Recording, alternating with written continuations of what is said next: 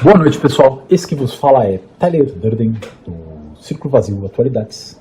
Essa aqui eu vou postar também no Círculo Vazio Consultor Jurídico, se Deus assim quiser e Deus permitir. E vamos falar algumas notícias atuais e novinhas. O último vídeo ficou muito bom, de Deus, hein? Muito legal mesmo, muito interessante, maravilhoso. Deus é tudo na nossa vida e Deus compreende tudo o que há. Compreende, mesmo que às vezes não apreenda, mas compreende tudo que há de existir, que já existiu, nessa nossa visão limitada de espaço-tempo, ou em qualquer visão de estruturas, de quadrantes, de proposições exponenciais de pensamento e consciência maiores, em outros espaço-tempo, digamos assim, ou apenas um contínuo, num verdadeiro quanto. Deus compreende tudo o que há, exatamente. E fica claro para mim que a gente não compreende muitas coisas dentro das nossas limitações, mas nos é possível, dentro do nosso âmbito de existência, nessa realidade, Deus nos dá tanta permissão que, mesmo tendo o destino e tendo a teoria do caos, como no final, digamos, todas as possibilidades interconectadas, interligadas com suas causas concomitantes ou precedentes, avalizadas e suas consequências, tudo tendo extremamente interconectado, uma visão do todo, Deus permite ainda o acaso, aquilo sem nexo e aquilo sem causa, que é justamente onde tem os crescimentos geométricos exponenciais e os crescimentos aritméticos, muitas vezes também das pessoas de forma individual e das sociedades, comunidades, dos grupos em si. E é nessa parte que é muito interessante, que nesse pequeno crescimento você consegue fazer com que, ao você conhecer a estrutura do seu pensamento, a estrutura do seu inconsciente, do seu subconsciente, do seu consciente, a sua padronização, o seu método de aprendizagem, você conhecer o máximo possível das interações e articulações dos diversos conhecimentos ou da árvore, né, colocado em galhos, em frutos, para dar mais facilidade de aprendizagem, metodologia de conhecimento e educação, mas que são, na verdade, o conhecimento é um só, seja de qualquer área que se coloque, ou de qualquer setor que se coloque, para que você, ao mesmo tempo que viva numa limitação grande de espaço-tempo, você consiga, em grandes limitações, mesmo que seja de forma inconsciente, conseguir variáveis do próprio acaso, de conhecimento, habilidade, atitude e valor, de vetores do próprio acaso, para que mais tarde, dentro dessa própria realidade, dentro das suas próprias possibilidades, da sua potencialidade, se você quiser, você consiga compreender o destino e chegar muito próximo das compostas ou comportas dos parâmetros, diretrizes do caos ordenado nos nossos planos ou no nosso mundo, né? E assim estruturado. Quer dizer, você pode chegar a ter uma visão do todo parcialmente e ser parcialmente onisciente. Eu cheguei a essa conclusão ontem. Mas voltando, vamos falar rápido, que agora, sem perder a objetividade, coisa que eu perco sempre, tenho uma dificuldade enorme nesse objetivo. Falo dessa matéria aqui de cientistas políticos e juristas que debatem a situação da saída do ministro da Justiça e da Segurança Pública, ministro de Estado da Justiça e da Segurança Pública do governo do presidente Jair Bolsonaro, né? Que, segundo os cientistas políticos, por um lado, foi interessante a saída do ministro Sérgio Moro, pelas questões das investigações na Lava Jato, né, por ele colocar agora alguém que seja alguém de confiança. Num cargo técnico ele possa colocar alguém mais político, digamos assim, e de confiança, mais conciliado com o seu projeto de manutenção e desenvolvimento no poder e de passar essa crise, essa situação emergencial, mesmo com endividamento público absurdo, né, do Estado, dos municípios federal e internacional, mesmo com as variações cambiais e a política monetária completamente... Qual política cambial a gente tem? Nem praticamente nenhuma. Só uma política cambial do interesse de alguns grupos. Mas é uma política monetária e creditícia também prevalente para, depois que sairmos dessa situação, começarmos a ter um desenvolvimento econômico, um crescimento, e depois começarmos a pagar, pelo menos, os juros dessas novas dívidas contraídas. Depois podemos fazer planos, programas, projetos, obras e investimentos dentro de uma economia superavitária, dentro de um estado superavitário, de um superávit nominal, e vendo o produto interno bruto do Brasil realmente crescendo, pagando sua defasagem, né, e tendo crescimento real e tendo novos horizontes pela frente. Então, o seu projeto de consecução desses objetivos e de sua manutenção no poder de sua família e de manter sua governança, sua governabilidade, trespassava pelo ministro Sérgio Moro, que poderia ganhar ao final da pandemia, dependendo da situação que se encontrasse o Estado brasileiro, muito mais publicidade, muito mais polaridade e até muito mais carisma do que já ganhou, que já tinha alavancado com a Lava Jato. E poderia ser um concorrente direto a ser aliado a um outro partido, a um outro grupo, a um outro articulado para as próximas eleições. Então fica claro que a saída de Sérgio Moro seria, talvez, para impedir não, mas pelo menos ter um conhecimento maior, intervir um pouco nas operações da Polícia Federal, referentes a inquéritos que correm no Supremo, dele e de sua família, que poderiam levar a ações penais, desde que tivesse autorização da Câmara, referente a ele, e de sua família, dependendo da situação, poderiam ter ações penais, né, no caso de vereadores, né, no caso do senador também dependendo da autorização da Câmara, seriam como crimes comuns, ou poderiam também levar também à atribuição de crimes de responsabilidade. De qualquer forma, mesmo com essa saída e com a indicação de alguém mais político, mais flexível, menos técnico, né, e que não vai ter todo esse carisma político, que possa trair em tese a imagem do presidente Jair Bolsonaro, ele terá investigações em curso sobre as denúncias do ministro Moro, né, e sobre as possibilidades em tese de crimes perpetrados por presidente Jair Bolsonaro comuns, crimes de responsabilidade também, e também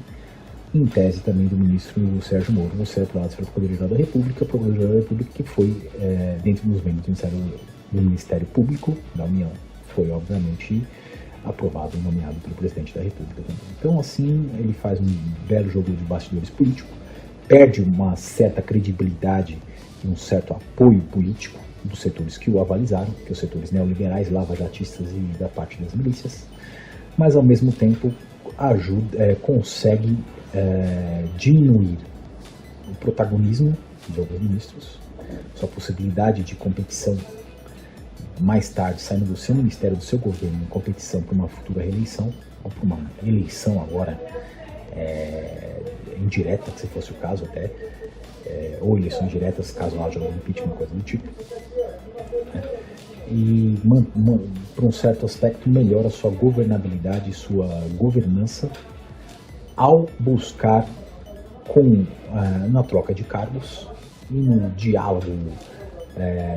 com o Congresso se juntar próximo do Centrão para impedir daí as possibilidades que a falta de que a diminuição na sua credibilidade e seu déficit na sua imagem pública, conjuntamente com investigações, poderiam gerar algum tipo de impeachment procedente que teria que passar pela Câmara, necessariamente,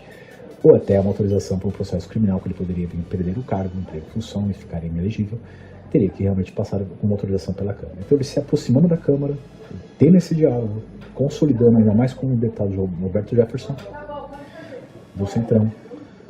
fazendo uma certa manutenção, mantendo ainda um óleo político num certo nível de imagem para que o Congresso não abandone ele em peso, mantendo o Congresso ainda se mantém no poder,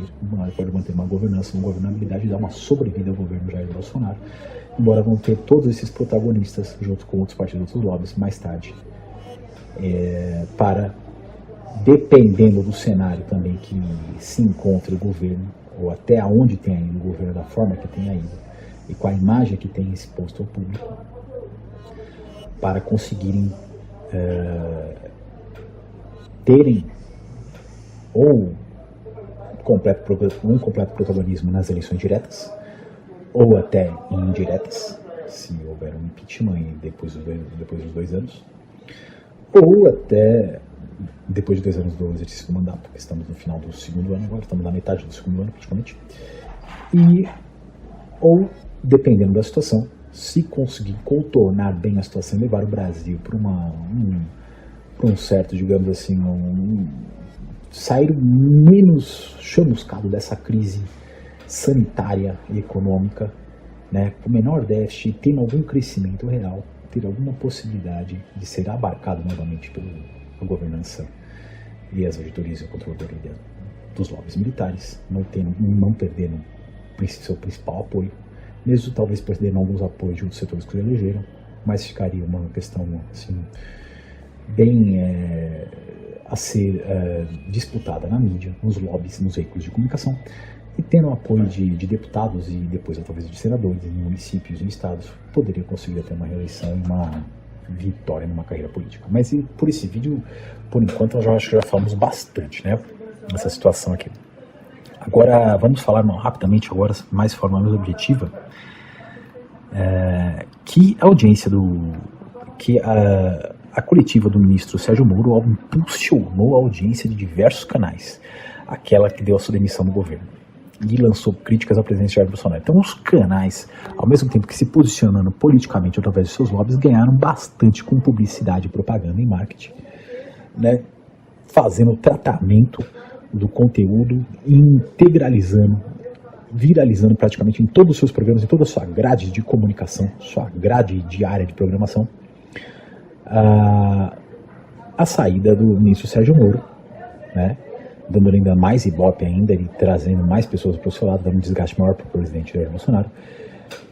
e as denúncias que foram feitas, né, e a comprovação de algumas denúncias através de documentos, e agora a abertura de inquérito pela Polícia Federal, a questão da Procuradoria da República,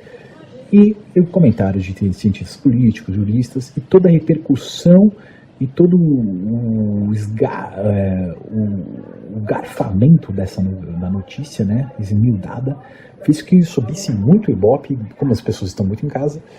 né, que tivesse uma grande audiência na TV, muito mais até do que na internet, do que em canais como YouTube, Vimeo, coisas do tipo assim, fazendo que algumas emissoras abertas, que há muito tempo não conseguiam, batessem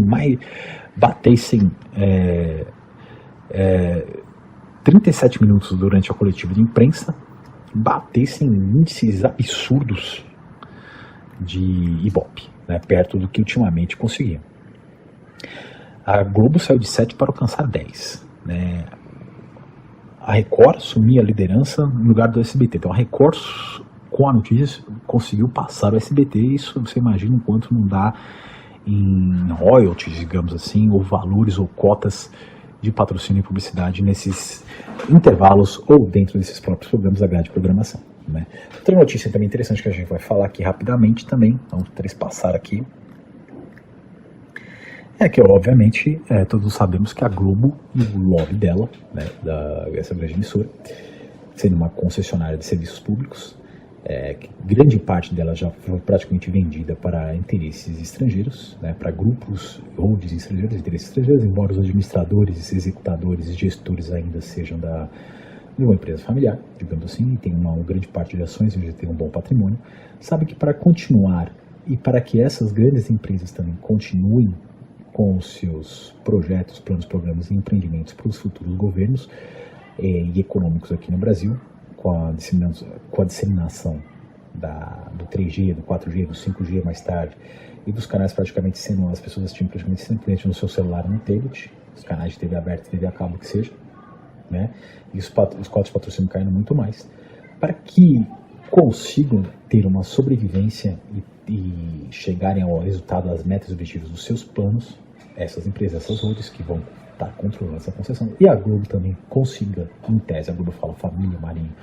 consiga em tese se manter como gestor, executor, administradores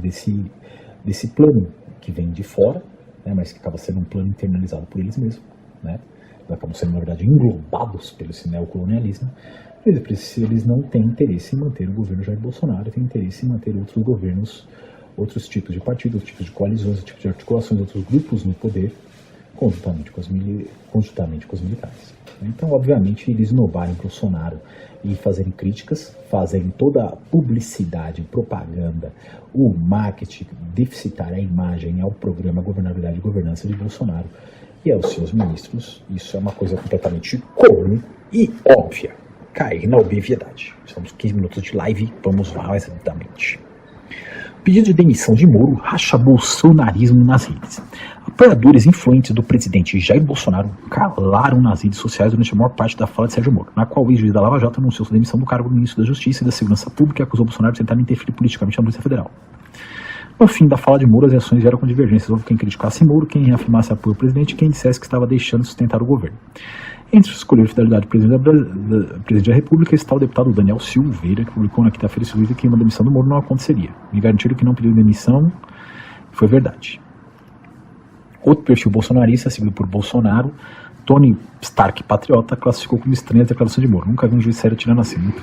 vaidade envolvida. Estou muito triste com a saída do Moro, mas eu tenho no Jair Bolsonaro.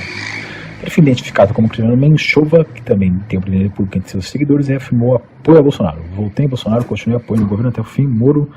foi importante a história do país, não tenho dúvidas e ainda eu admiro. Mas continuo com o presidente, saia quem saia, fique quem ficar. O blogueiro bolsonarista Italo Lorenzon tweetou que quem abandonar Bolsonaro não trocará por Moro, mas por Mourão,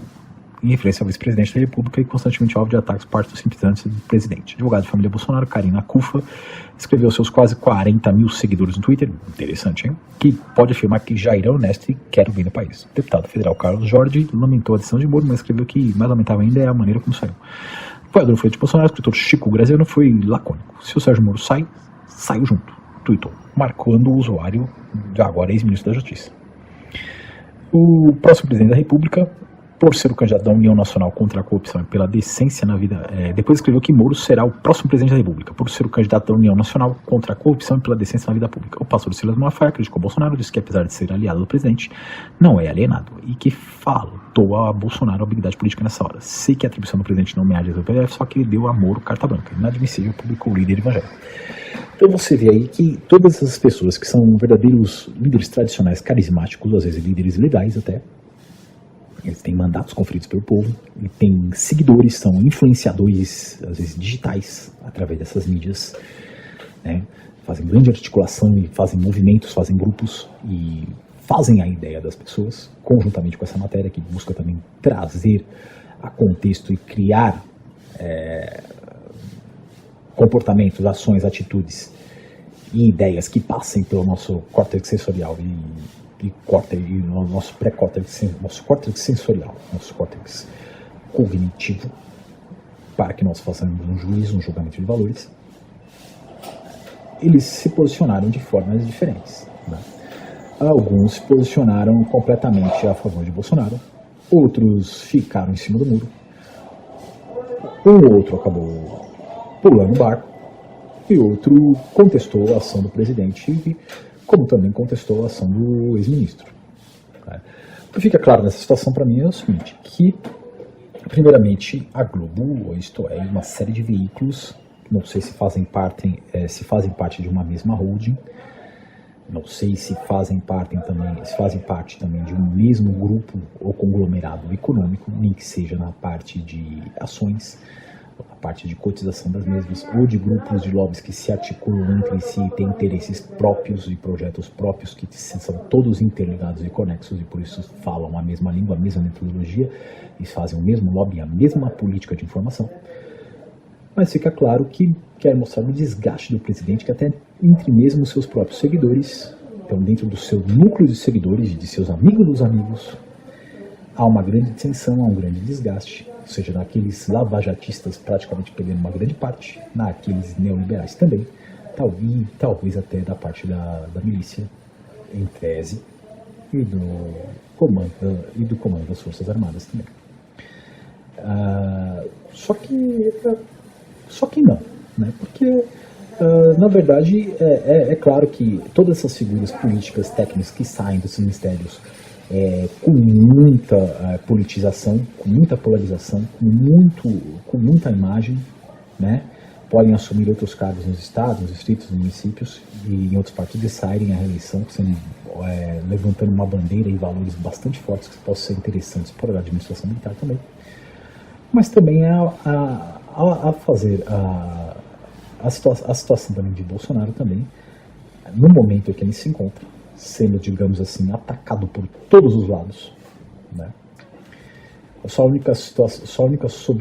possibilidade de sobrevivência é tomar algumas medidas realmente de manutenção do poder, né? Para depois, para manter alguma governança, alguma governabilidade, conseguir implementar já não todos os pacotes que anticorrupção, os pacotes de reformas que queria, mas tentar diminuir o déficit e algum crescimento para trazer esse público novamente para o seu lado, ou manter pelo menos a Câmara Nacional do seu lado, e assim manter o apoio da organização militar para as futuras eleições. Por enquanto é isso, pessoal. Depois eu venho trazendo mais quentinhas, mais novidades. Temos várias hoje também para conversar. Temos para continuar também as stories, né? Temos as stories parte 4, pequenas mentiras, grandes verdades. E temos também, dentro dessa história, para comentar sobre um filme muito interessante, que eu recomendo que assistam. Não está sendo patrocinado por mim, nem nada, mas é um ótimo filme. Bloodshot, com o Vin Diesel, aquele bombadão sarado, né? Que, como sempre, faz o mocinho da história, mas faz um mocinho que não sabe de nada, não sabe nem mesmo o que é um mocinho. Só tem vontade e energia, um temendo brutamonte, e depois acaba descobrindo de tudo e de tudo um pouco, e sabendo, vendo depois aquilo, tendo conhecimento mais amplo do que aqueles próprios que criaram suas rotinas, os seus hábitos, os seus comportamentos, e o seu momento de vida, e a sua própria personalidade, lidera uma nova vida ali, até, digamos assim, tendo alguns tipos de decisões. Dá para fazer questões metafóricas sobre os vetores, as qualidades, as virtudes, sobre a nossa própria vida, refletida na realidade do filme. Um grande abraço para vocês, fiquem todos na paz e até mais.